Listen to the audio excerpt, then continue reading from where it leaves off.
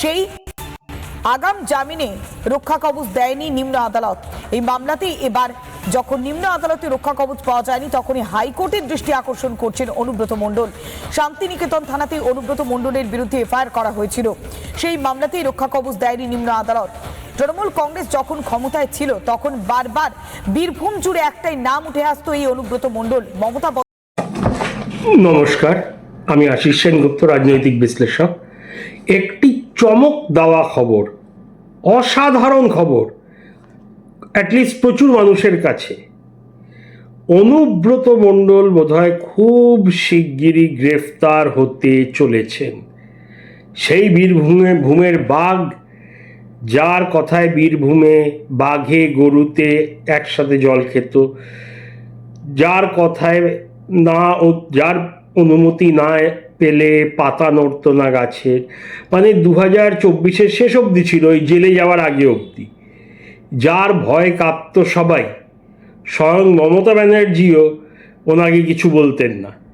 সেই অনুব্রত এখন ভয়ে কাঁপছে পালা বদল হওয়ার পর।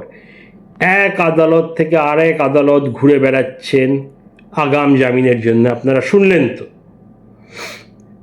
শান্তিনিকেতন থানায় এফআইআর হয়েছে, অনেক চার্জ আছে এবং নন বেলেবল, জামিন পাওয়া যাবে না, জামিন অযোগ্য ধারায় পুলিশ এফআইআর করেছে অভিযোগের ভিত্তিতে। এবং নিম্ন আদালত, জেলা আদালত সোজাসুজি রক্ষা কবচ বা আগাম জামিন নাকচ করে দিয়েছে। এখন উনি গেছেন হাইকোর্টের কাছে, বোধহয় কাল মাননীয় বিচারক তীর্থঙ্কর ঘোষের এজলাসে শুনানি এই বিষয়ে। তা আসা যাক কি হয়েছিল। উনি তো প্রচুর অপরাধ করেছেন, ওনাকে তো মানে এক রকমের সন্ত্রাসবাদী বলা যেতে পারে, মানে টেররিস্ট না, মানে বোমা ফাটানো, যদি উনি বোমা কথা প্রায়ই বলেন, কিন্তু মানে সন্ত্রাস, লোকের মনে ভয় ভীতি সৃষ্টি করে রেখেছিলেন বছরের পর বছর। তো এইখানে কি হয়েছে, 2021 সালে নিজের একটা ছোট্ট বা বড় পার্টি অফিস বানাতে 30 লাখ টাকা, এইসব নেতাদের কাছে হাজার হাজার কোটি টাকা নিয়ে খেলে, 30 লাখ টাকা কোনো ব্যাপারই না। কিন্তু একটা পার্টি অফিস, আমরা সবাই দেখেছি পার্টি অফিসার কত, একটা লোকাল পার্টি অফিসার কত বড় হয়, সেখানে 30 লাখ টাকার ইট নিয়েছিলেন অনুব্রত মণ্ডল ইট ভাটার মালিকের থেকে, কিন্তু একটা নয়া পয়সাও দেননি। ভদ্রলোকের নাম শুভেন্দু বিকাশ মণ্ডল, যিনি ইটভাটার মালিক, অতিশয় নিপাট ভদ্রলোক, আপনারা খবরে চালিয়ে দেখতে পারেন। তা উনি যখন ওনার ন্যায্য প্রাপ্য টাকা চাইতে গেছিলেন, দেখুন সবাই তো আর রাজনীতি করে না চুরির টাকা নেই। তা 30 লাখ টাকা, সে যদি অনেক কোটিপতিও হয় আর নাও যদি হয়, 30 লাখ একটা বড় অ্যামাউন্ট। এমনকি টাটা বিড়লাও ছাড়বে না, কোনো ব্যবসায়ী ছাড়বে না, সে 1000 কোটি টাকার ব্যবসা করুক বা 1-2 কোটি টাকার করুক আর কয়েক লাখের করুক। তো টাকা, তার ন্যায্য টাকা চাইতে গেছিলেন, টাকা তো দেননি, ভাগিয়ে দিয়েছিলেন, উল্টে তোলাবাজি করেছিলেন, তোলা চেয়েছিলেন ওই ভদ্রলোকের কাছে। উনি যখন তোলা দিতে পারেননি বা অস্বীকার করেছিলেন, তখন আরও 100খানা ট্র্যাক্টর পাঠিয়ে ইট ভরে নিয়ে এসছে ওনার ইট ভাটা থেকে। এবং মামুন শেখ নামক এক জিহাদি এবং তার দলবলকে পাঠিয়ে অনুব্রতর আদেশে ওনার কর্মচারীদের বেধড়ক মারধর করা হয় এবং বন্দুক দেখিয়ে ভয় দেখানো হয়। তখন এনারা তো গুন্ডা না, এনারা ব্যবসায়ী আর এর কর্মচারী। তা এই ভদ্রলোক শুভেন্দু বিকাশবাবু বলেন ওনার কর্মচারীদের, স্টাফদের, যে চলো আমরা পালাই। রাতের অন্ধকারে কোনো এক নদী পেরিয়ে গা ঢাকা দিয়ে ওরা পালিয়ে যান। কোন নদী আমি জানি না, সেটা উনি উল্লেখ করেননি। 2021 সালে, আজকে 2026, ভাবছেন কি হলো, সেটা আপনারাও জানেন, আমিও জানি। কার সাহস ছিল অনুব্রতর নামে অভিযোগ করার, বা কোন পুলিশের সাহস ছিল অনুব্রতর নামে এফআইআরটা করার অভিযোগ শুনে?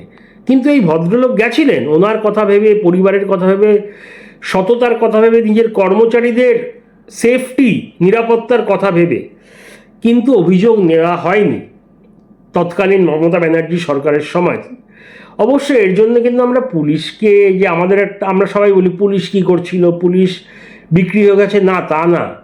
পুলিশের কেউ কেউ থাকতে পারে বিক্রি, কিন্তু বেশিরভাগ পুলিশই বড় স্তরে, উঁচু স্তরে এইসব অভিযোগ কেন না বলবে।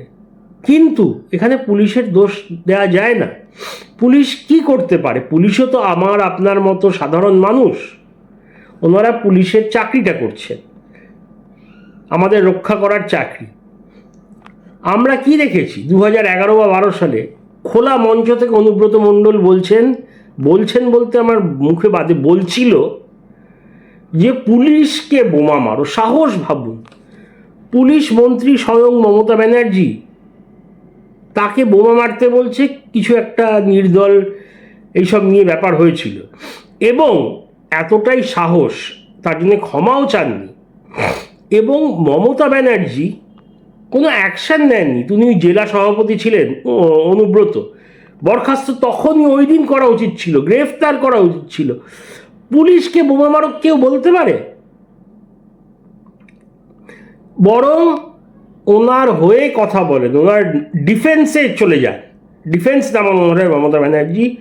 অতি হাস্যকর এবং বিখ্যাত কথা, কেষ্ট মানে অনুব্রতর ডাক নাম, কেষ্টর মাথায় নাকি অক্সিজেন কম যায়। মানে মমতা ব্যানার্জি তো একাধারে ডাক্তার, কবি, সাহিত্যিক সব কিছু, তা অক্সিজেন কম যায় তাই নাকি এসব কথা বলে। মানে দুনিয়ার ডাক্তাররা এইসব থিওরি শুনে ডাক্তাররা নিজেদের ডাক্তার দেখাবেন। তা এইটা ছিল একটা। তারপরে আমরা সবাই দেখেছি একজন আইপিএস অফিসারকে এরমভাবে আঙুল দেখিয়ে প্রেসের সামনে, মানে এরম না যে কেউ লুকিয়ে লুকিয়ে ভিডিও করেছে, সবাই মিডিয়া ছিল সামনে, ডোন্ট কেয়ার ভাব দেখিয়ে বলেছিল 9টার মধ্যে ঘড়ি দেখিয়ে অ্যারেস্ট করো কোনো বোধহয় বিরোধী পার্টি, তখন বিজেপি ছিল না খুব একটা, তবে সিপিএমের কারোর বোধহয় অ্যারেস্ট করতে বলছিল, যে 9টার মধ্যে অ্যারেস্ট না হলে আমি ঢুকে যাব, ঢুকে ভাঙচুর করব। ভাবুন, পুলিশ, সে আইপিএস অফিসার, সে চুপ হয়ে শুনছে। কি করবে পুলিশ? কি করবে? পুলিশকে হয় ট্রান্সফার করে দিতে পারে, কারণ সে শেষ কথা, তার ওপরে কেউ নেই অনুব্রতের ওপর ওই জেলায়। এছাড়া আরও ভয়ের ব্যাপার, পুলিশকে তো প্রাণে মেরে দিতে পারে। এমন কি নেই ওরা করেনি ওখানে? কোনো আইন, কোনো কানুন ছিল না। অনুব্রত মণ্ডল ছিল আইন, শাসন, কানুন সব কিছু, ওর কথাতে সব কিছু চলতো। আমরা এটা তো একটা, কত দেখেছি তো, গর্ব করে বুক ঠুকে বলতো রাস্তায় উন্নয়ন দাঁড়িয়েছে, তার মানে কি সবাই জানে। তা আর এক তৃতীয় কেস, এটা একটু রিসেন্ট, একজন পুলিশ অফিসারকে ফোন করে তার মেয়ে বউ নিয়ে অকথ্য ভাষায় গালাগালি, এগুলো বলাও যায় না ভিডিওতে, সবাই শুনেছেন, ভাইরাল হয়েছিল ইউটিউব এবং বিভিন্ন সোশ্যাল মিডিয়াতে। তা এই লোকটার বিরুদ্ধে পুলিশ কি অ্যাকশন নেবে? তবে পুলিশ ভেতরে ভেতরে জ্বলছিল, কারণ পুলিশের কত অসম্মান ভাবেন তো। এই আইপিএস অফিসার বা থানার ওসি, ইন্সপেক্টর, এনারা তো শিক্ষিত ভদ্র ঘরের ছেলে, কাউকে তেল দিয়ে তো পুলিশ হয়নি, নিজের যোগ্যতায় হয়েছে।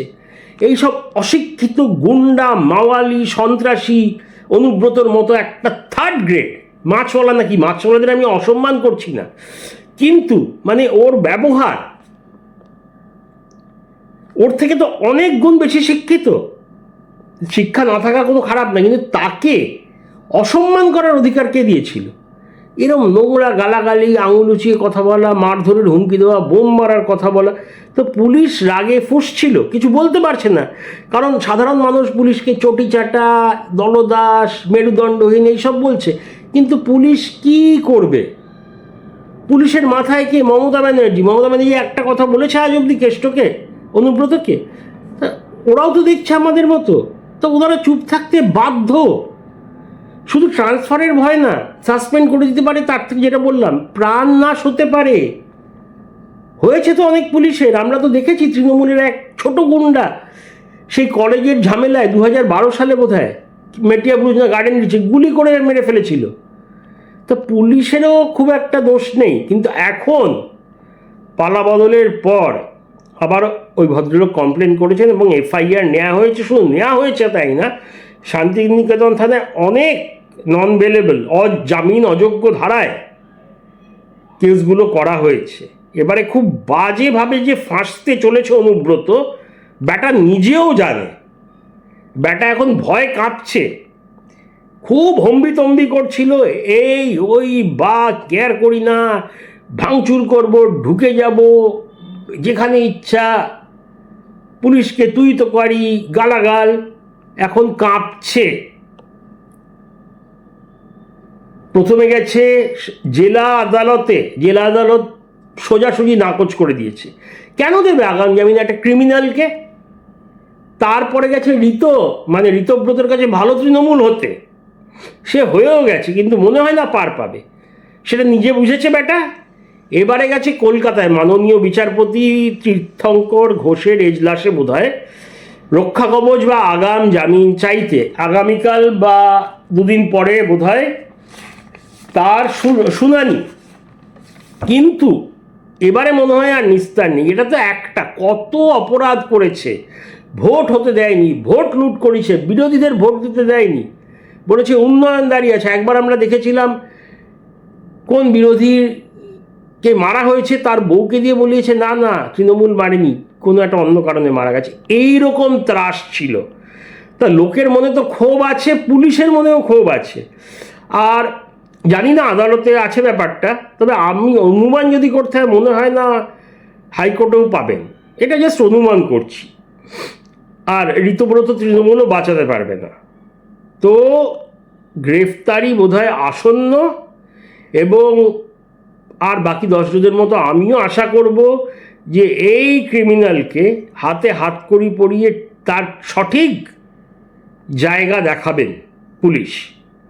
ভরসা আছে, আইনের ওপর আছে, আমাদের খুব ভালো পুলিশ ফোর্সের ওপরও ভরসা আছে। জানাবেন আপনাদের মতামত। আপাতত এতটাই। জয় হিন্দ।